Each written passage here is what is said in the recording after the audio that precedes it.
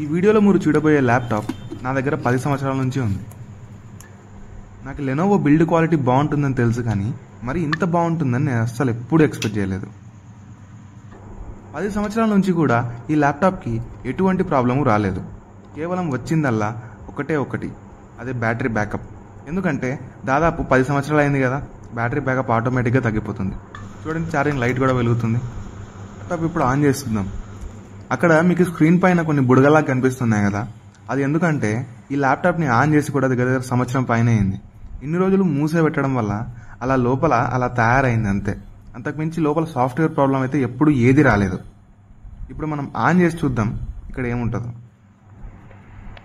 ఇందులో నేను ఇన్స్టాల్ చేసిన విండోస్ 8 ఉంది. అది దాదాపు నేను ఇన్స్టాల్ చేసి కూడా 5-6 సంవత్సరాల పైన అయింది. అప్పట్లో విండోస్ 10 అప్డేట్ వచ్చినా కూడా నేను చేయలేదు, ఎందుకంటే ఇప్పుడు ఆల్రెడీ ఉన్న విండోస్ 8 పనిచేస్తుంది కదా అని చెప్పి.